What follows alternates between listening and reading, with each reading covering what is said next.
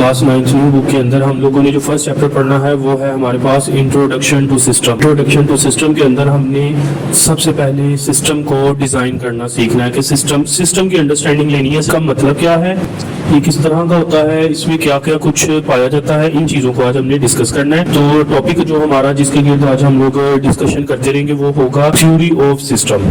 Theory of system के अंदर हम लोगों ने देखना है जो हमारे पास सबसे मेन जो चीज़ आ रही है, व्हाट इज सिस्टम। पहले हमने देखना है सिस्टम क्या है।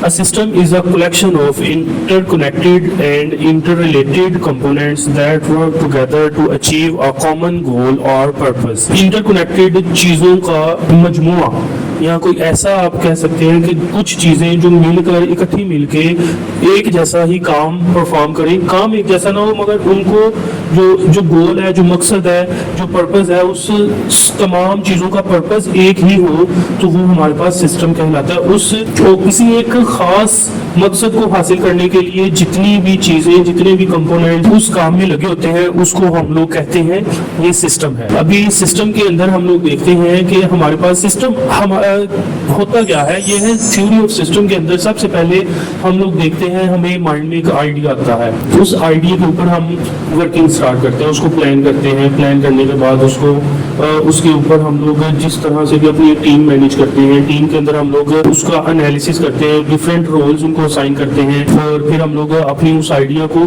कम्युनिटी में जाकर बताते हैं। फिर उसके अंदर डिफरेंट स्ट्रेटजीज अप्लाई करते हैं, और इसी तरह करते करते हमें आइडिया हो जाता है कि मेरा अगर तो वो सिस्टम, वो चीज़ सक्सेसफुल जा रही है, तो हमें आइडिया हो जाएगा कि ये चीज़ जो है, मैंने जो अपना 1 माह का, 2 साल का, 1 साल का, 2 साल का जितना भी टारगेट रखा था, उस टारगेट के अकॉर्डिंग मेरा ये वाला काम ठीक चल रहा है। तो इसका मतलब ये होगा जो आपने सिस्टम बनाया था वो आपका सिस्टम सक्सेसफुल जा रहा है और वो सिस्टम आपका ठीक चल रहा है।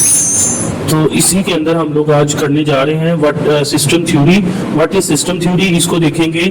System theories attempt to describe and account for the characteristics of a system and the relationship among the components parts found within the system।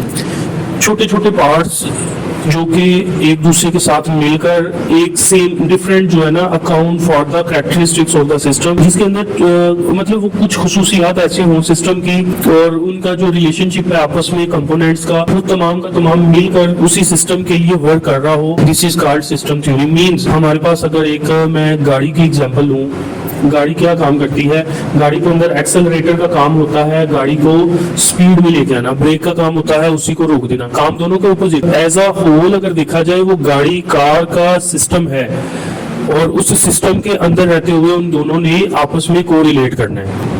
उसके बाद है हमारे पास सिस्टम थ्योरी। सिस्टम थ्योरी क्या होती है, सिस्टम थ्योरी के अंदर हमने देखना होता है हमें कहीं पे कोई प्रॉब्लम तो नहीं आ रही। अगर कहीं पे कोई प्रॉब्लम है, कोई काम हमारा गलत हो रहा है, हमें मिसअंडरस्टैंडिंग है, मुझे अगर मैं एजुकेशन की बात करूँ तो मुझे कोई क्वेश्चन नहीं समझ आ रहा, मुझे किसी चीज़ का इल्म नहीं है और मैं किसी थ्योरी को मिस कर रहा हूँ, और मैं उन चीज़ों के ऊपर रिसर्च करूँगा, मैं अपनी मेथडोलॉजीज को सेट करूँगा, मैं अपनी एक्सपेरिमेंटेशंस को सेट करूँगा, तो मुझे आहिस्ता आहिस्ता उन चीज़ों के बारे में पता लगना शुरू हो जाएगा।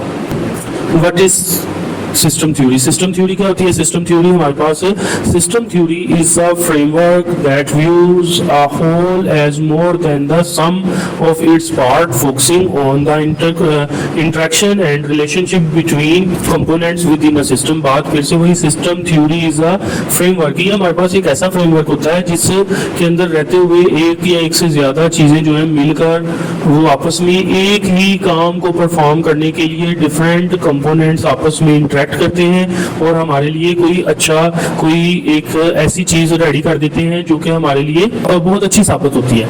अच्छा, बेसिक कॉन्सेप्ट्स ऑफ सिस्टम के अंदर देखेंगे, इसमें हमारे पास डिफरेंट कॉन्सेप्ट्स होते हैं। कंपटीशन होता है, प्रोग्रेस होती है, प्लान करते हैं, मोटिवेट करते हैं, लर्निंग आती है, रिवार्ड आता है, आइडिया से ये सारी चीजें, आइडिया के अकॉर्डिंग हमें एक आइडिया आता है, उसी आइडिया के ऊपर हम लोग वर्क करना शुरू करते हैं और हम लोग किसी बेसिक कंसेप्ट ऑफ सिस्टम को पाकर तो आगे एक्सेल कर जाते हैं। System is a collection of elements और components that interact to achieve goal, the elements themselves and the role relationship between the determine how the system works। System कैसे काम करता है? System have inputs, processing mechanism, output and feedback mechanism.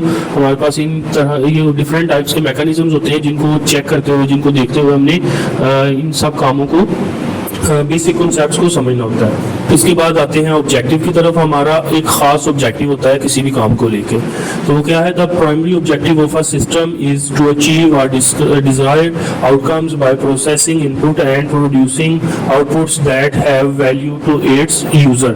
ये user को एक खास value देने के लिए और उसी सिस्टम के ऊपर काम करते हुए वैल्यू प्रोवाइड करते हैं, इनपुट से, आउटपुट से, उसका सारे प्रोसीजर के अंदर से किसी भी तरह से हमें वैल्यू प्रोवाइड की जाती है।